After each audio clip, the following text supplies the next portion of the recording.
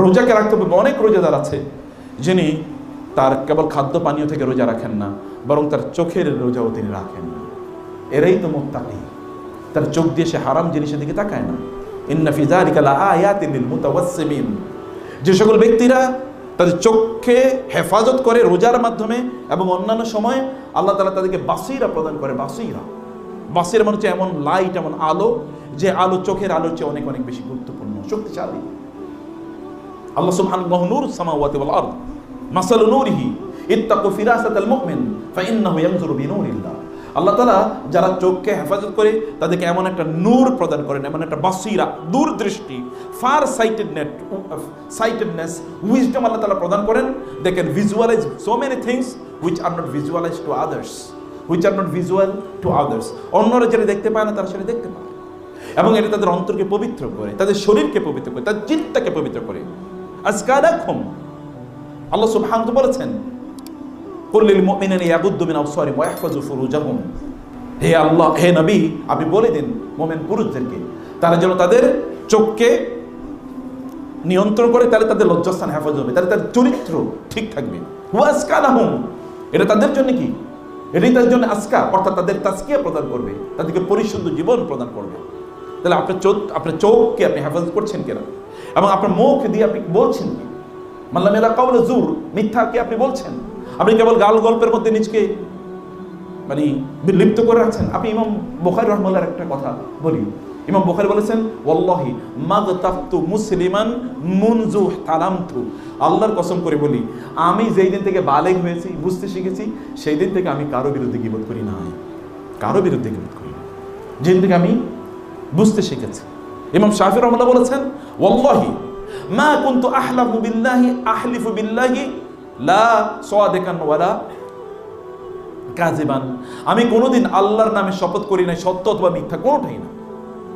যেই দিন থেকে আমি বুঝতে শিখেছি, সেদিন আমি আল্লাহকে ব্যবহার করি নাই। ইত্তাখাযু আইমানাহুম জুন্নাতান, মুনাফিকদের কথা আল্লাহ তাআলা বলেছেন যে তোমরা লা তাজআলুল্লাহ উরদাতান লিআইমানিকুম, তোমরা আল্লাহকে ব্যবহার কইরো না, তোমরা আল্লাহ সুবহানাহু ওয়া তাআলাকে ব্যবহার কইরো না তোমাদের নিজের স্বার্থে। তোমরা আল্লাহ সুবহানাহু ওয়া তাআলার কসম করে নিজের স্বার্থ আদায় করার চেষ্টা করো না। আল্লাহকে বিক্রি করে দিচ্ছ তোমরা তোমাদের নিজের সামান্য স্বার্থে। এটা তোমরা কি করছো? এবং এটা মুনাফিকরা করতো। তারা আল্লাহর শপথ করে বলতো, হ্যাঁ আল্লাহর শপথ করে বলছি আমরা এটা, আমরা সেটা। কিন্তু আল্লাহ সুবহানাহু ওয়া তাআলা বললেন, আল্লাহু ইয়াশহাদু ইন্নাল মুনাফিকিনা লাকাযিবুন। আল্লাহ সাক্ষ্য প্রদান করছেন মুনাফিকরা মিথ্যাবাদী। আল্লাহ বলছেন মুনাফিকরা মিথ্যাবাদী। প্রিয় ভাইয়েরা, বোনেরা, আমি কারণ বলবো যে আপনাদের রোজাটাকে চোখের রোজায় পরিণত করেন, আপনি পবিত্র মানুষে পরিণত হবেন। আপনি আপনার কানের রোজায় পরিণত করেন, আপনার অন্তরে দেখবেন শান্তি দিয়ে পূর্ণ হয়ে যাবে। ওয়াইদা সামিউ মা উনজা ইলার রাসূল তারা আইয়ুহুম তাফিদু মিনাদ দাম'i মিম্মা আরাফু মিনাল হক। কুল উহিয়া ইলাইয়া আন্নাহু ইসতামা'a নাফারুম মিনাল জিন ফাকালু ইন্না সামি'না কুরআনান আজাবা। যখন একদল লোক তারা যদি ভালো হয়, তখন তাদের চোখ, তাদের কানকে তারা উত্তম কাজে ব্যবহার করে, এর মাধ্যমে তাদের ঈমান বৃদ্ধি হয়, ঈমান শক্তিশালী হয়, এবং তাদের অন্তর গলে যায়, তাদের চোখ থেকে পানি পড়ে মহান আল্লাহ সুবহানাহু ওয়া তাআলার ভয়ে। আল্লাহ সুবহানাহু ওয়া তাআলা বলছেন, ফাইযা কুরিয়াল কুরআন ফাসতামিউ লাহু ওয়া আনসিতু। কোরআন যখন পড়া হয় মনোযোগ দিয়ে শোনো, চুপ থাকো, লাআল্লাকুম তুরহামুন, তাহলে রহমত প্রাপ্ত হবে। রহমত পেতে হলে কানটাকে উত্তম করে ব্যবহার করতে হবে। আপনি কানের মাধ্যমে কেবল হারাম কথা শুনবেন,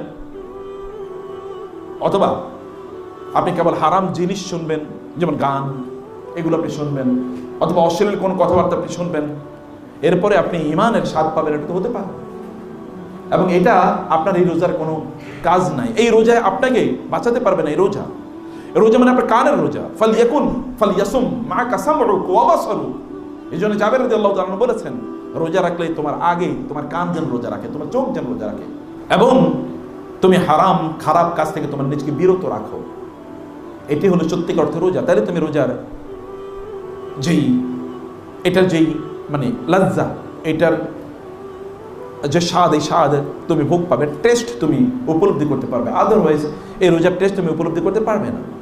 আপনাকে রোজা রাখার জন্যে আপনাকে আপনার হাত দিয়ে আপনি কী ধরছেন সেটি আপনার দেখা লাগে, সেটা আপনার চিন্তা করা লাগে, সেটা আপনাকে ভাবতে হয়। সম্মানিত ভাইয়েরা, কেউ কেউ রোজা রাখেন, এমন রোজা রাখেন যে রোজা তার না দুনিয়ায় কোনো কল্যাণে লাগে, না আখেরাতে কোনো কল্যাণে লাগে। কেউ কেউ এমন করেন যে আমি রোজা রাখি, এভাবে রোজা রাখি যে আমি সারাদিন ঘুমিয়ে কাটাই, সারাদিন আমি ঘুমিয়ে কাটাই, শুধু মাগরিবের আগে একটু ঘুম থেকে উঠি ইফতারি করার জন্য। এটা হলো তার রোজা, এটা তার রোজা। কেউ কেউ রোজার আগেই অনেকগুলো প্ল্যান করে রাখে, এবারে রমজানে আমি এই সিনেমাগুলো দেখা শেষ করবো, অথবা এই গেমসগুলো দেখা শেষ করবো, কারণ এগুলো দেখা হয়, এই গেমসগুলো খেলা শেষ করবো, এগুলো আগে খেলা শেষ করতে পারি নাই, কারণ এখন রোজায় তো আমি ফ্রি। তো আপনি ফ্রি কেন হচ্ছেন? নিজের কল্যাণের জন্য, নিজের উন্নয়নের জন্য, নিজের স্বার্থে, নাকি নিজকে ধ্বংস করে দেওয়ার জন্য? আপনি কি জানেন না সময় কতটা মূল্যবান? Time is your prime capital. আপনার প্রধান সম্পদ হচ্ছে আপনার সময়, আপনার প্রধান সম্পদ আপনার সময়। সময় আপনার ইকোনমিক ক্যাপিটাল, কারণ সময় দিয়ে আপনি সম্পদ অথবা সম্মান আপনি আর্ন করেন।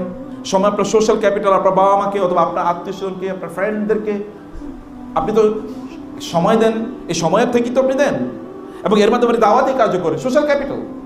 নবী রাসূলের সময় দিয়ে তারা দাওয়াত দিয়েছেন, আপনার সময় আপনি করছেন কি?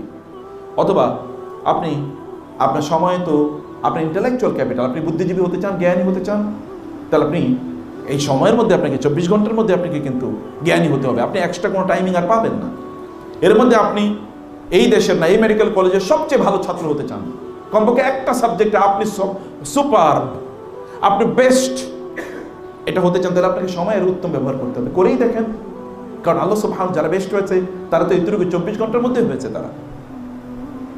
এবং সময় হচ্ছে আপনার আখিরাতের ক্যাপিটাল। এই সময় ব্যবহার করে আপনাকে জান্নাতে যেতে হবে। আপনি সেদিন আফসোস করবেন, কেবল একটা দিনের জন্য আবার পৃথিবীতে ঘুরে আসতে চাইবেন, কিন্তু কোনো আসার কোনো সুযোগ নাই। আপনার লাইফটাকে আপনি ইটারনাল মনে করেন। আপনার বাবার দিকে তাকিয়ে দেখেন, তিনি বৃদ্ধ।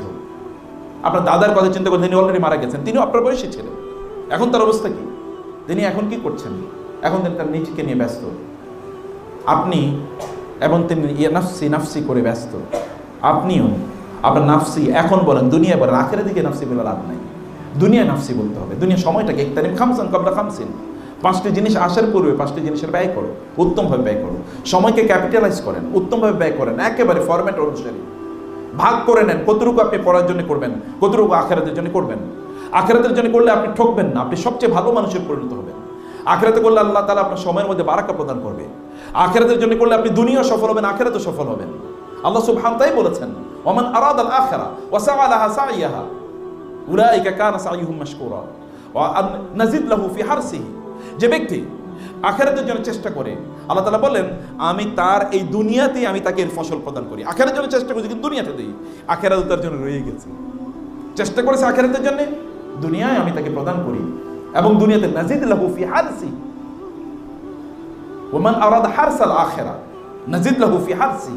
কেউ আখিরাতের ফসল চায়, আমি দুনিয়ায় তার ফসলটা বাড়াইয়া দিই, এরপর আখিরাতেও তাকে আমি প্রদান করবই। কারণ আপনি যখন আখিরাতের জন্য কাজ করেন, তখন আপনি অন্যায় পথে সময় ব্যয় করার সময় আপনার নাই। আপনার রাসূলের ব্যাপারে চিন্তা করে দেখেন তো, তিনি কিভাবে সময় কাটিয়েছেন। তারা সময়ের মধ্যে এত বারাকা, এই গোটা পৃথিবীতে প্রায় 250 কোটির মতো লোক তাকে ফলোয়ার করে। এবং এই অডিটোরিয়াম আপনার যারা আছেন, যদি বলা হয় রাসূলের জন্য জীবন দিতে কয়জন প্রস্তুত, দেখবেন সবাই হাত তুলে ফেলেছে। কেমনি করেছেন তিনি? কিসের উপর ভিত্তি করে? তিনি তো সময়কে উত্তমভাবে কাজে লাগিয়েছেন। আপনি একটা মুহূর্ত রাসূলের জীবনে বলতে পারেন একটা সেকেন্ড তিনি বাজে কাজে খরচ করেছেন? একটা সেকেন্ড, না নবুয়তের আগে না নবুয়তের পরে। এবং দুনিয়া যারা সফল হয়েছে তাদেরকে জিজ্ঞেস করে দেখেন তো, তারা কিসের উপর ভিত্তি করে সফল হয়েছে? এই সময়ের ব্যাপারেই লোকেরা যখন বলবে জাহান্নামে অথবা আখিরাতে, আল্লাহর সামনে গিয়ে বলবে, হে আল্লাহ আপনি আমাদেরকে আবার দুনিয়াতে পাঠান। আল্লাহ তাআলা বলবেন, আওয়ালাম নুআম্মিরকুম মা ইয়াতাযাক্কারু ফীহি মান তাযাক্কার ওয়া জাআকুমুন নাযীর ফাযুকু ফামা লিয-যালিমিনা মিন নাসীর। তোমরা তো জুলুম করেছো তোমাদের নিজেদের উপরে। অন্যদের দিকে তাকিয়ে দেখো, তাদেরকে তোমাদের মতোই সময় দিয়েছি, কিন্তু তারা তো দেখো জান্নাতে গিয়েছে, তারা কত সফল, কত সম্মানিত, মর্যাদাবান। তোমরা কেন সেটি করতে পারলে না? তোমাদের সময় তো সমান পরিমাণে ছিল। বরং তোমরা কি করেছো? ওয়ালাকিন্নাকুম, বরং ফাতানতুম আনফুসাকুম ওয়া তারাব্বাসতুম ওয়ারতাবতুম ওয়া গাররাতকুমুল আমানিয়ু হাত্তা জাআ আমরুল্লাহ। বরং তোমরা কি করে? তোমরা ফাতানতুম আনফুসাকুম, তোমরা ফিতনার কাছে তোমাদের নিজেদেরকে নিয়ে গিয়েছো। তোমরা বন্ধু বান্ধবদের আড্ডায় নিয়ে গিয়েছো, যেখানে কেবল স্ল্যাং অথবা হারাম জিনিস আলোচনা হয়, সেটা তুমি মজা করে করেছো। অথবা তোমরা সিনেমার কাছে গিয়েছো, অথবা তোমরা পর্নের কাছে গিয়েছো, অথবা তোমরা কেবল খেলাধুলা নিয়ে ব্যস্ত হয়েছো। 5 দিন পর্যন্ত ক্রিকেট খেলা, এটা পৃথিবীর সবচেয়ে অথর্ব জাতিদের সিস্টেম। কোন সভ্য জাতি অথবা কোনো উন্নত জাতি অথবা কোনো যেই জাতি তাদের সময়ের মর্যাদা বা মূল্য বুঝে, এই জাতি 5 দিন কেমনে এই খেলা খেলে, এটা কিভাবে সম্ভব? সবচেয়ে উন্নত জাতিগুলো দেখেন তো তারা কি খেলে, আর সবচেয়ে অথর্ব জাতিগুলো তারা খেলে কি, তাদের সিস্টেম কি, তাদের প্রায়োরিটি কি? কারণ তারা বুঝে না। আপনি না দুনিয়াতে neither in this world or you are not the leader of this world nor the leader in the hereafter। দুনিয়াও আপনি নাই, আখিরাতও আপনি নাই, কোথাও আপনি নাই। অথচ আপনার এই সময়টাকে ব্যয় করে দেখেন না, পৃথিবীতে যারা করেছে 18 বছর 20 বছরের যুবকরা দেখেন না, বা যুবতীরা দেখেন না, গোটা পৃথিবীকে আপনি যদি মোহাম্মদ ইবনে মাসলামার কথা যদি বলেন আপনি, অথবা যদি আপনি মুসলিম ইবনে মানে আকিলের কথা যদি আপনি বলেন, অথবা আলী ইবনে আবি তালেবের কথা বলেন, এদের কথা, অথবা আব্দুল্লাহ ইবনে আব্বাস বা আব্দুল্লাহ ইবনে ওমরের কথাবার্তা যদি আপনি বলেন, কোতাবে ইবনে মুসলিমদের কথা বলেন, মুসা ইবনে নুসাইরের কথা বলেন, তারিক বিন জিয়াদের কথা বলেন, আপনি এদের কথা দেখেন তো, এরা কত বছর বয়সে তারা গোটা পৃথিবীকে নিয়ন্ত্রণ করেছে। তারা পৃথিবীতে আপনি যদি হারুন রশিদের কথা বলেন, 17-18 বছর বয়সে তিনি, বা তার চেয়েও আগে 15-16 বছর বয়সে তিনি খলিফা হয়ে গেছেন। খলিফা, তৎকালীন প্রায় অর্ধবিশ্ব শাসন করছেন একজন 15-16 বছরের বালক। এটা কারণ কি? তারা সময় বুঝেছে, সময়কে মর্যাদা। আপনার সময় তো আপনার ক্যাপিটাল।